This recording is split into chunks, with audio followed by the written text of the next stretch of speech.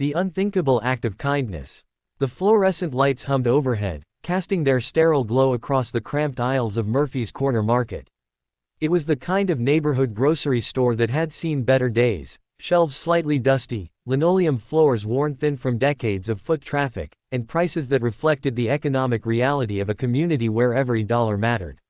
Margaret Wheeler stood in aisle 3, her arthritic fingers wrapped around a small basket that contained the bare essentials: a loaf of day-old bread marked down to 99 cents, a can of soup, and a single banana that had seen better days. At 82, she had learned to stretch her monthly Social Security check like a rubber band, always afraid it might snap. The heating bill had been particularly brutal this month. February in Cleveland was unforgiving, and her small apartment felt like an icebox despite the threadbare blankets she layered on her bed. She had already chosen between heating and eating too many times this winter, and her frail body showed the consequences of those impossible decisions. Behind her, she could hear Mr. Davidson's voice rising above the usual grocery store murmur. Tom Davidson was a man carved from the hardships of blue-collar life, broad shoulders that had carried steel beams for 30 years before the factory closed, hands scarred from honest work, and a perpetual scowl that seemed to deepen with each passing year since unemployment had become his unwelcome companion. "What do you mean, declined?" His voice boomed through the store. "Run it again." Margaret turned slightly to see Tom standing at the checkout counter, his face flushed with embarrassment and anger. The young cashier, barely old enough to drive, fumbled with the card reader while a line of impatient customers formed behind him. "Sir, I've run it 3 times, the teenager stammered. "It says insufficient funds." The words hung in the air like a physical blow.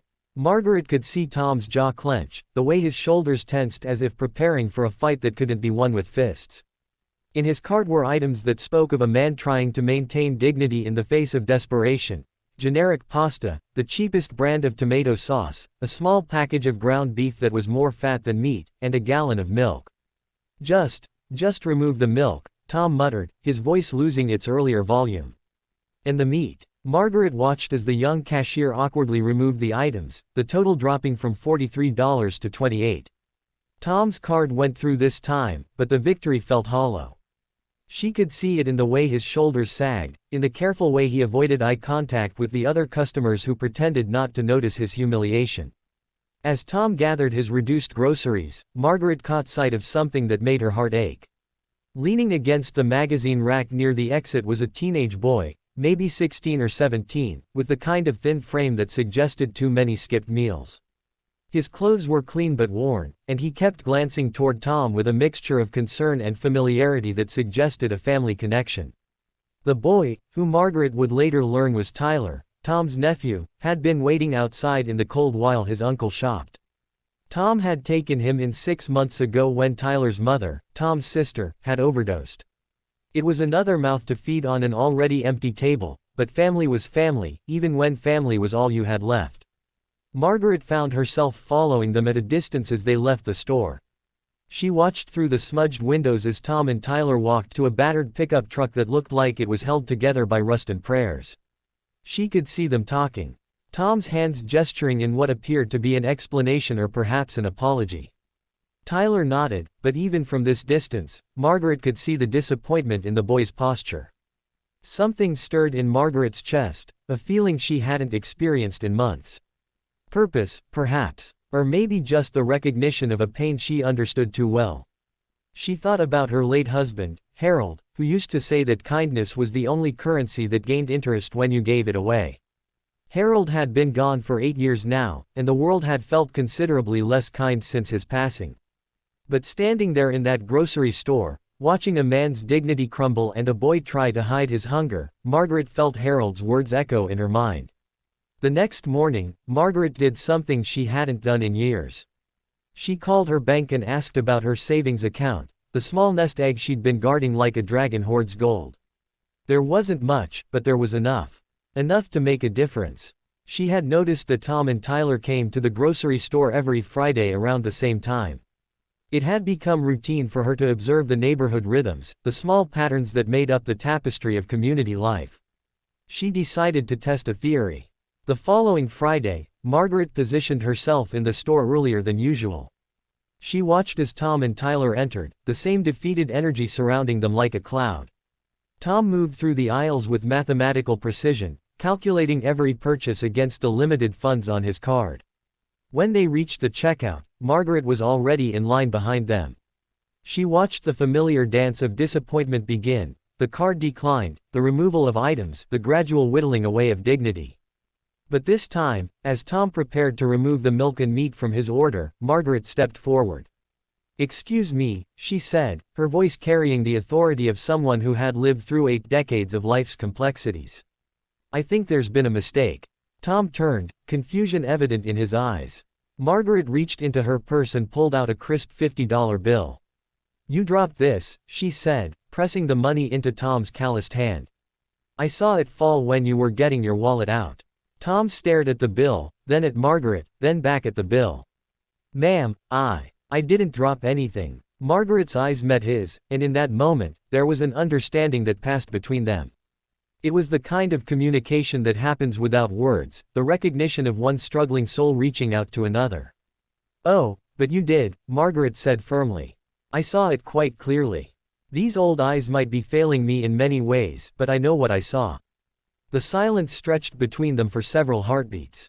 Tom's pride warred with his necessity, his dignity battling against his nephew's empty stomach. Finally, Tyler stepped closer to his uncle. "Uncle Tom," the boy said quietly, "maybe you should check your pockets. Sometimes things fall out." Tom looked at his nephew, seeing something in the boy's eyes that made his own throat tight. Slowly, he nodded. "Thank you, ma'am," he said, his voice thick with emotion he was trying to suppress. Thank you." Margaret smiled, the first genuine smile she'd worn in months. "No need to thank me for returning what's yours." What happened next surprised everyone, including Margaret herself. Word of her kindness spread through the neighborhood like ripples in a pond. Mrs. Chen from the laundromat mentioned it to her daughter, who told her coworker, who lived next door to the Ramirez family. Within a week, Murphy's Corner Market had become an unofficial community center for small acts of grace. People began finding dropped money with suspicious frequency. Mrs. Patterson discovered a $20 bill that definitely belonged to the single mother struggling to buy formula for her infant. Young Marcus found a grocery gift card that absolutely must have fallen from the pocket of the elderly veteran who shopped there every Tuesday. But the real magic happened on a Thursday evening 3 weeks later. Margaret was selecting her usual modest groceries when she heard a commotion near the front of the store. She made her way toward the sound and found Tom Davidson in an animated conversation with Murphy, the store's owner. Tyler stood nearby, holding what appeared to be a job application. "I don't care if he's only 16, Tom was saying, his voice carrying a determination Margaret hadn't heard before. "This boy is more responsible than half the adults I know. Give him a chance, and I guarantee you won't regret it." Murphy, a round man with kind eyes behind wire-rimmed glasses, looked at Tyler with consideration. "Can you work weekends? Stock shelves, help customers, keep the place clean?" Tyler straightened up, and Margaret could see the hope fighting to surface in his young face. "Yes, sir. Whatever you need." "All right," Murphy said after a moment. "Let's try it. 15 hours a week to start, minimum wage. But I expect reliability and respect for customers." "You'll have both, sir," Tyler said, his voice cracking slightly with emotion.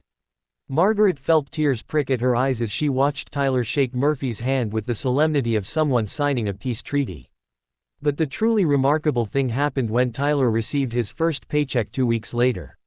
She was in the store on a Friday evening when she saw Tyler approaching her in the canned goods aisle. In his hands was a small bouquet of flowers, nothing fancy, just daisies from the grocery store's floral section, and a handwritten note. "Mrs. Wheeler," he said, using the name he'd learned from Murphy. "I wanted to give you these." Margaret took the flowers with trembling hands and opened the note. Written in careful teenager handwriting were the words, "Thank you for seeing us when we felt invisible. Your kindness gave my uncle his dignity back and gave me hope. I bought these with my first paycheck because you planted something beautiful in our lives." The tears came then, sudden and overwhelming. Margaret hadn't cried in months, had almost forgotten she was capable of such emotion. But here in aisle 3, surrounded by canned tomatoes and breakfast cereals, she felt her heart crack open in the best possible way. Tyler, she managed to say through her tears, you don't understand. You gave me something too. The boy looked confused. What did I give you? Purpose, Margaret said simply. For the first time since Harold died, I felt like I mattered to someone. What neither of them knew was that Murphy had been watching this exchange from behind the service counter. Murphy's Corner Market had been struggling for years, squeezed between the big chain stores and the realities of a changing neighborhood. He'd been considering closing, selling the building to developers who wanted to tear it down for condos. But something about witnessing these small acts of kindness, about seeing his store become a place where community happened, changed his mind. That weekend, Murphy called his brother-in-law who worked in contracting. Joe, he said, I want to renovate this place. Make it better. Can you help me figure out how to do it without breaking the bank? The renovation took 3 months. Murphy added a small seating area where elderly customers could rest during their shopping.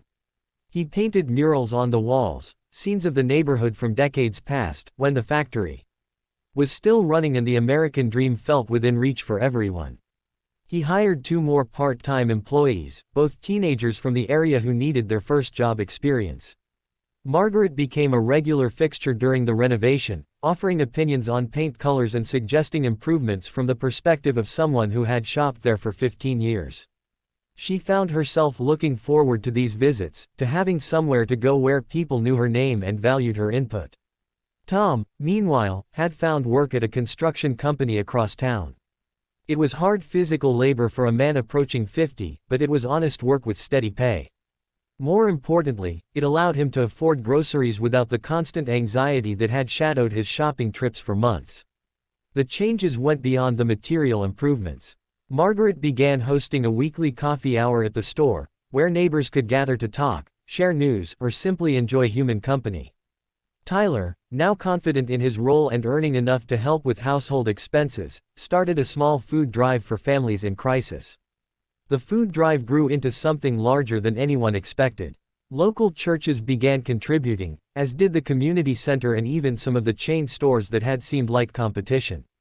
Murphy's Corner Market became the distribution hub for what the community proudly called Wheeler's Kindness Kitchen, named in honor of the woman whose simple act had started it all. But perhaps the most profound change was in Margaret herself. The woman who had been slowly disappearing into the wallpaper of old age found herself at the center of a vibrant community network. She learned Tyler's story, how he'd been struggling in school, how the stress of his family situation had made him withdraw from friends and activities. She learned about Tom's history, a decorated veteran who'd come home to find that the country he'd served had little use for his skills in peacetime. She also learned about her own capacity for joy, something she'd thought had been buried with Harold. The weekly coffee hours became the highlight of her week. She found herself researching topics to discuss, planning small activities, even learning how to use email so she could coordinate with other volunteers. One evening in late spring, as Margaret was helping to restock the food drive shelves, Tyler approached her with an envelope. "Mrs. Wheeler," he said, "I wanted to show you something." Inside the envelope was a letter from the local community college. Tyler had applied for their early enrollment program and had been accepted with a partial scholarship. The letter praised his community service work and his essay about learning leadership through adversity. "I wrote about that day," Tyler told her, "when you helped us. I wrote about how watching you stand up for someone you barely knew taught me what courage actually looks like." Margaret read the letter twice, her eyes blurring with proud tears. "Tyler, this is wonderful. But you did this yourself. Your grades, your work here at the store, your character. But you showed me it was possible," Tyler interrupted. "Before that day, I thought kindness was weakness. I thought the world was just every person for themselves. You proved that wasn't true." As summer arrived, the transformation of both the store and the community around it was remarkable. Murphy's Corner Market had become a hub of activity that extended far beyond grocery shopping. The coffee hours had evolved into a neighborhood association. The food drive had expanded to include a community garden in the vacant lot next door. Local teenagers, inspired by Tyler's example, had started a program to help elderly residents with yard work and home maintenance. Margaret, who had begun the year feeling invisible and forgotten, now found her days filled with purpose and connection. She had become the unofficial coordinator of the community's various initiatives, a role that suited her organizational skills and her deep empathy for others struggling with life's challenges.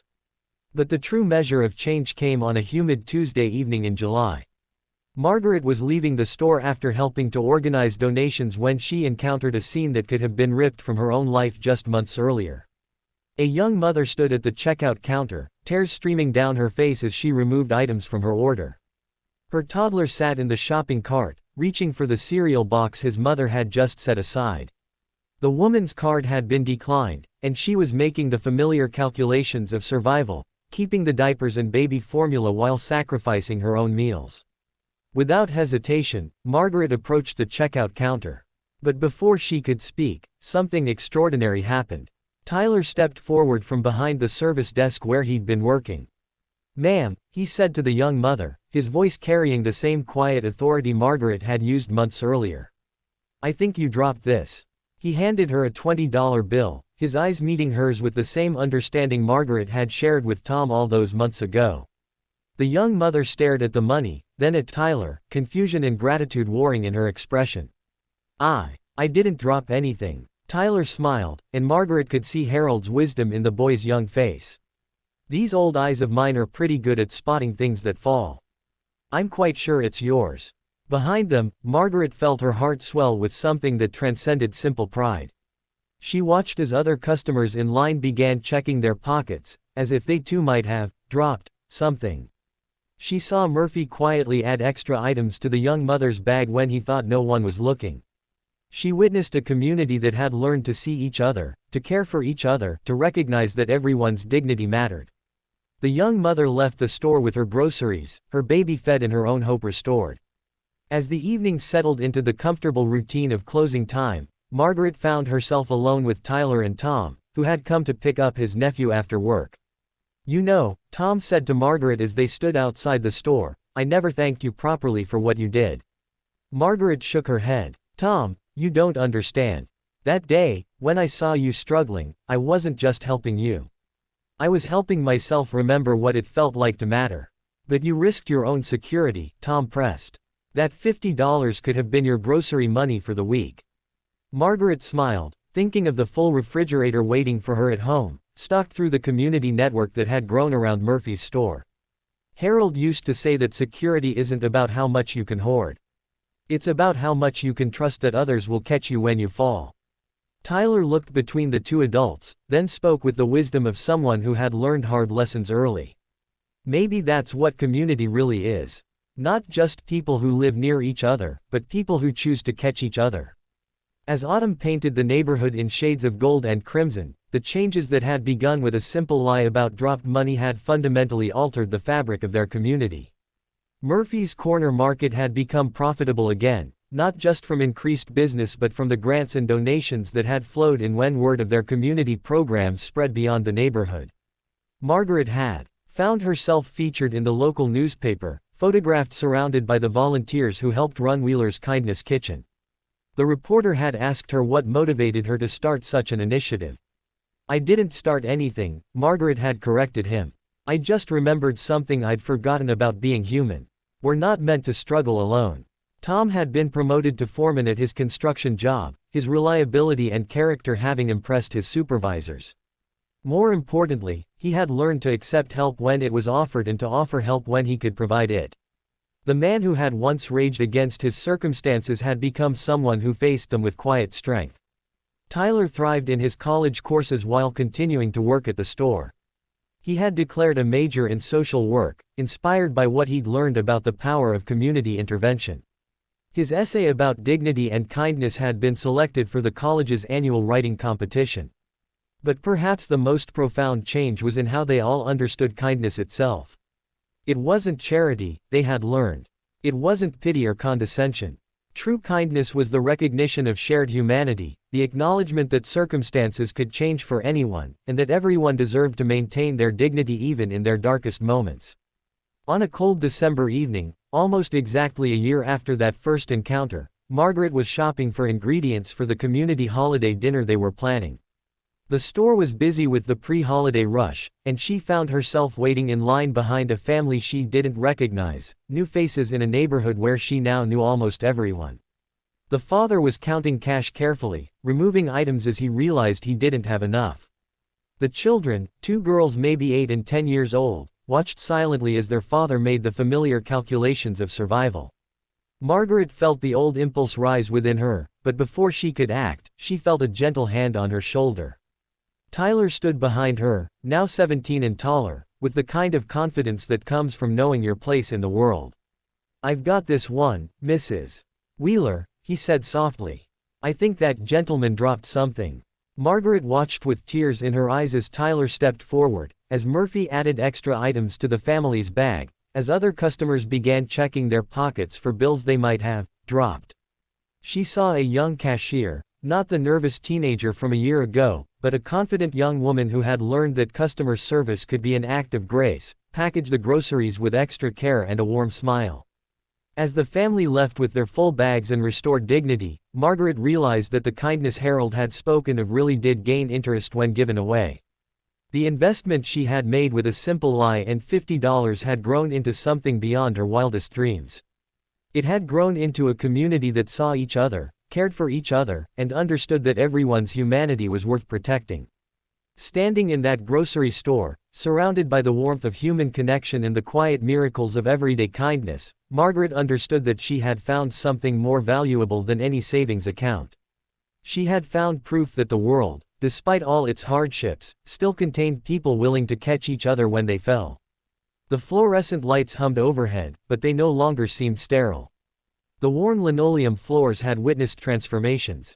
And the small corner market had become exactly what Harold would have said it could be, a place where kindness gained interest, and everyone was richer for it. In the end, Margaret's unthinkable act wasn't really unthinkable at all. It was simply human. And in a world that often seemed to have forgotten what that meant, sometimes the most revolutionary thing you can do is remember.